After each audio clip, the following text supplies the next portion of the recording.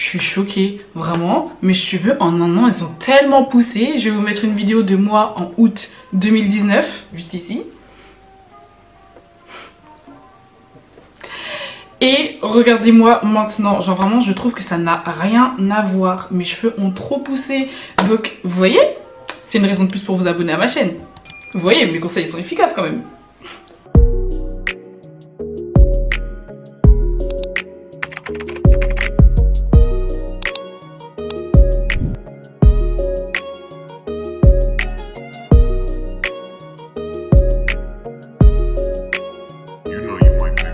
Salut tout le monde, on se retrouve aujourd'hui pour une nouvelle vidéo. Aujourd'hui je vais vous faire une liste des meilleurs ingrédients pour les cheveux crépus. Donc c'est les meilleurs ingrédients pour pouvoir nourrir et hydrater vos cheveux. C'est ceux qui vont vous permettre d'avoir des cheveux beaux, soyeux et longs. Parce que oui, je sais que certaines personnes, leur objectif c'est d'avoir de longs cheveux. Mais pour avoir de longs cheveux, il faut qu'ils soient en bonne santé. Donc on va dire que cette vidéo elle est en complément de ma dernière vidéo où je vous ai donné plusieurs conseils pour pouvoir faire pousser vos cheveux. Et donc là vraiment aujourd'hui on va se concentrer sur les ingrédients. Dans vos recettes, dans vos masques, dans vos pré-poux, dans vos shampoings. Vraiment des ingrédients clés qui vont permettre à vos cheveux d'être nourris et hydratés bien comme il faut. Donc comme d'habitude j'ai pris des notes. Cette vidéo elle va se diviser en deux parties. Donc dans la première partie de la vidéo, on va voir les meilleurs ingrédients pour pouvoir nourrir les cheveux. Et dans la deuxième partie de la vidéo, à la fin, on va voir les meilleurs ingrédients pour pouvoir hydrater les cheveux. Parce que c'est vraiment important d'avoir un bon rapport nutrition-hydratation. Et la semaine prochaine, il n'y aura pas de sondage parce que je vais tout simplement vous sortir une vidéo sur les pires ingrédients pour les cheveux crépus. Mais vraiment, ceux qu'on doit éviter. Si vous les utilisez, vos cheveux ils vont se casser, ils vont se fragiliser. Oh là là, laissez tomber. Vraiment, laissez tomber. Même si je sais que la majorité des gens utilisent les masques du commerce, il est super important de connaître les ingrédients et de savoir quels effets ils auront sur vos cheveux. De savoir quels éléments ils vont apporter à vos cheveux. Donc je vais vous donner aussi quelques conseils pour pouvoir analyser une composition. À l'aide du téléphone, on peut analyser une composition. Pour ça, on peut utiliser plusieurs applications. Celle qui est la plus efficace, c'est celle Inky Beauty. Je ne sais pas si on dit Incy ou Inky, mais bref. Je vais vous mettre le logo de l'application juste ici. Franchement, Inky Beauty, c'est super bien. On a juste à scanner le code barre des produits et ça nous analyse la liste des compositions. Ça nous dit si ce sont des produits controversés, ça nous dit si ce sont des produits allergènes, ça nous dit si ce sont des produits naturels, etc. Mais après, c'est quand même à vous de faire vos recherches de votre côté, de regarder à quoi servent certains ingrédients, est-ce qu'ils sont bons pour vos cheveux ou pas. Et aussi de tester de temps en temps, de regarder si vos cheveux, ils les aiment ou pas. Donc on commence cette première partie avec les produits qui vont nous permettre de nourrir nos cheveux. Donc on commence avec les beurres et les huiles. Donc moi je vous propose d'utiliser des beurres et des huiles pour pouvoir recréer l'effet du sébum grâce à leur composition en acide gras. Mais déjà qu'est-ce que c'est le sébum? Le sébum c'est une sécrétion grasse produite par les glandes sébacées de la peau et qui mélangée à la sueur protège du dessèchement. En fait c'est une barrière protectrice. Donc le sébum on en a sur le visage, c'est pour ça que parfois on a la peau grasse. Et on en a aussi sur le cuir chevelu. Sauf que le problème avec les cheveux crépus, c'est que le sébum il a du mal à se répartir sur notre chevelure à cause de nos boucles. Vraiment, on a des boucles trop resserrées, ce qui fait que le sébum il a du mal à s'enrouler autour du cheveu. C'est aussi la raison pour laquelle on dit que le cheveu crépus est naturellement sec. Je vais vous parler un peu de la composition du sébum. Le sébum est composé de 30 à 50% en glycéride, de 15 à 30% en acide gras. Donc vraiment c'est important les acides gras. Il est composé aussi de 26 à 30% en cire, de 1,5 à 2,5% en cholestérol. Le cholestérol il est naturellement présent dans les huiles, donc vous inquiétez pas. Et aussi il est composé de 12 à 20% en squalène. La squalène c'est quelque chose qui permet de protéger la peau ou les cheveux. Donc notre but ça va être d'utiliser des huiles et des beurres qui se rapprochent le plus possible de la composition du sébum. Donc maintenant que je vous ai expliqué tout ça, je vais vous donner plusieurs exemples et vous allez voir vraiment que je vous en avais déjà parlé et c'est vraiment mes produits préférés. Donc premièrement on a le beurre de karité. Le beurre de karité vraiment les gars, le beurre de karité. On l'a dit et redit, le beurre de karité c'est l'un des meilleurs amis du cheveu crépus. Le beurre de karité c'est une mine d'or. Il est composé de tellement de choses, de tellement de vitamines, de tellement d'acides gras, c'est incroyable. Et donc vraiment le beurre de karité va nous permettre de protéger et de nourrir profondément notre fibre capillaire. Franchement, j'adore le beurre de karité.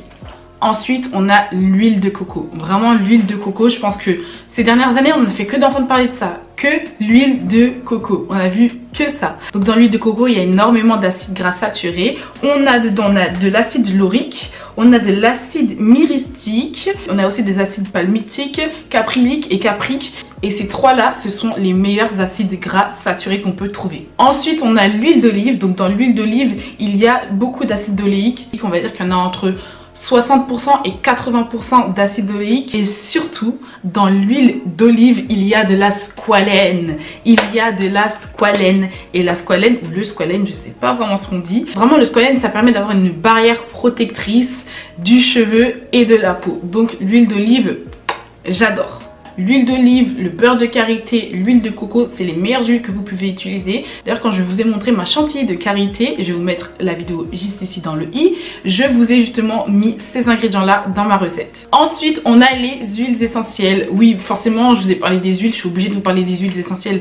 Une huile essentielle, c'est une huile concentrée issue d'un végétal. Vraiment, l'huile essentielle, son but, ça va être de booster les effets d'un produit. Par exemple, imaginons que je vais booster ma pousse. Et je vais y rajouter quelques petites gouttes d'une certaine huile essentielle. Donc je vais vous citer quelques huiles essentielles et leurs effets sur les cheveux. Donc bien évidemment, on a l'une des meilleures, l'huile essentielle de menthe poivrée. Elle va venir stimuler la pousse. On a l'huile essentielle de baie de Saint-Thomas aussi qui va venir stimuler la pousse. L'huile essentielle de romarin va venir stimuler la pousse. Elle va diminuer la chute de cheveux et elle va lutter contre les cheveux qui sont un peu trop gras. On a aussi l'huile essentielle de titri ou d'arbre à thé. En fait, elle va lutter contre les cheveux gras, contre les pellicules et elle va venir assainir le cuir chevelu. Donc par exemple, si vous voulez faire un shampoing clarifiant, c'est très bien de mettre quelques petites gouttes d'huile essentielle de titri. Ensuite, on a l'ylang-ylang. Donc l'ylang-ylang, il me semble que c'est de la vanille. Pour moi, ça ressemble à de la vanille. L'ylang-ylang, ça va venir réguler le sébum et ça va lutter contre les cheveux secs. Donc ça peut être très intéressant de mettre quelques petites gouttes d'ylang-ylang dans un masque hydratant par exemple. Ensuite, on a les protéines. Donc dans ma vidéo où je vous expliquais comment créer votre propre routine capillaire, je vous ai dit qu'il fallait vraiment avoir un bon rapport entre des protéines et de l'hydratation. Vraiment, il fallait avoir un très bon rapport. Faut pas tout le temps faire des masques protéinés, et sinon ça peut casser les cheveux.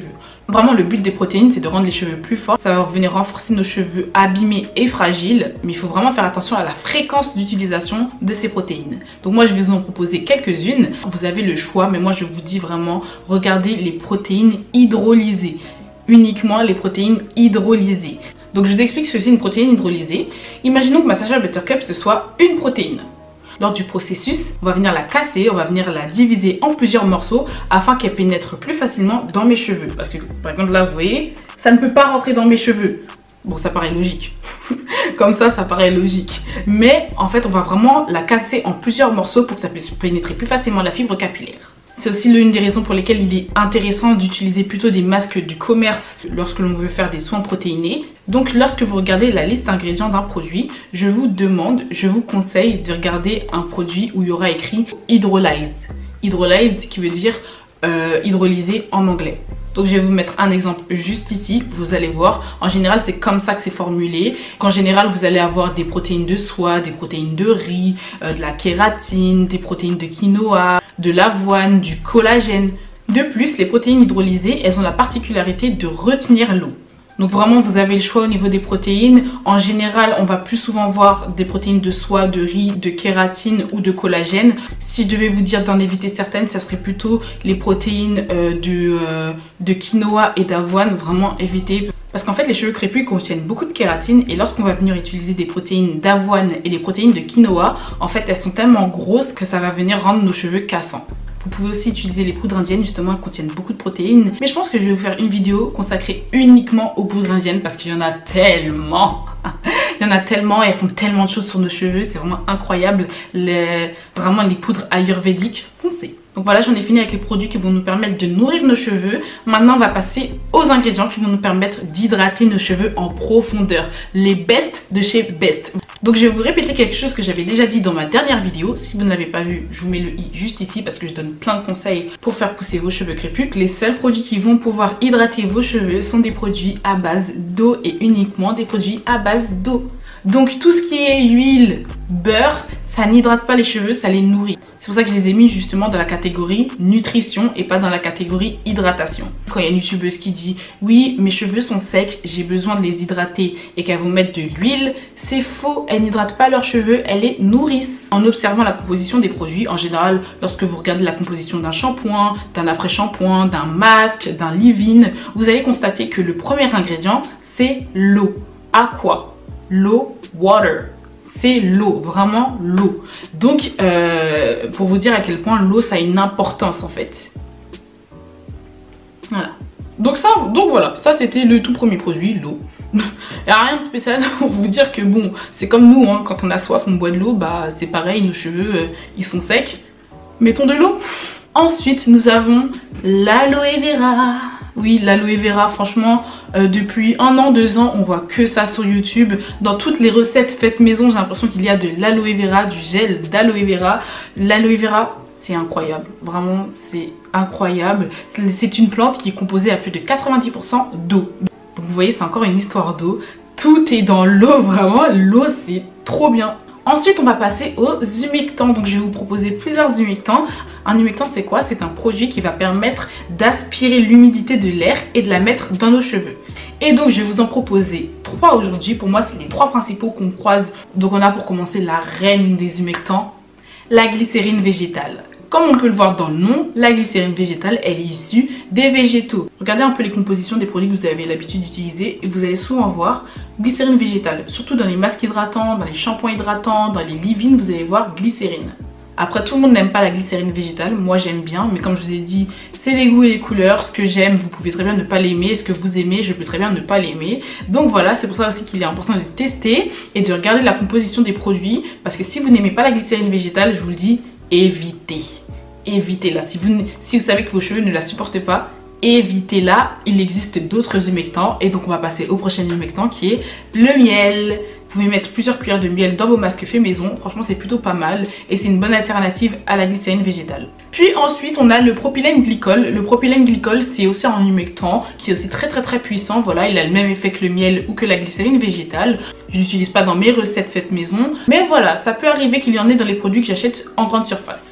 Donc on en a fini avec les humectants. Maintenant on va passer au dernier ingrédient qui est l'acide hyaluronique.